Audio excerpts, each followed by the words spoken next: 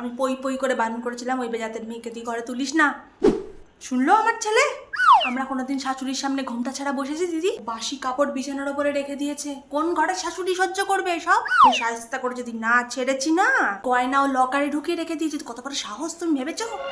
এরকম কোনোদিন আমরা ভেবেছিলাম? শাশুড়ি যা বলতো মুখে কুলু পেটে সেই কাজ করে দিতাম। কিভাবে আমার শাশুড়িটা আমার ভালো থাকবে, কিভাবে শাশুড়ি আমাকে ভালোবাসবে, ভালোবাসা আদায় করে নিতে জানতে হয়। আজকালকার মেয়েরা সেটা জানে? এদের কোনো সহবত আছে? সুখ আমার কপালে। ওই পাড়ায় বেনির বৌমাটাকে দেখেছো? হ্যাঁ, জিন্স পরে যায়, অফিস জিন্স পরে যায়। একটা বিয়ালা মেয়ে, তুই জিন্স আর ছোট ছোট মাগু। হতো আমাদের সময়, হতো, পড়তো আমাদের শাশুড়ি রাতে, শায়েস্তা করে ছেড়ে দিত। তারা বলে না সময় পাল্টেছে, পাল্টে কি পাল্টেছে, কি পাল্টেছে? নারীর লজ্জায় ভূষণ।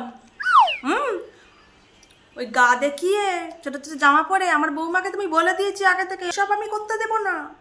যতই আমার ছেলের হাত করো যাই করো, মায়ের ওপরে কোনো কথা বলবে না আমার ছেলে। আর আমি আমার ছেলেকে তো বলে দিয়েছিলাম, বাবু প্রেম করেছো করেছো, প্রথম রাতেই বেড়াল মারতে হয়। তুমি বউ মানুষ, তুমি এত কথা বলবে কেন সংসারের বিষয়ে?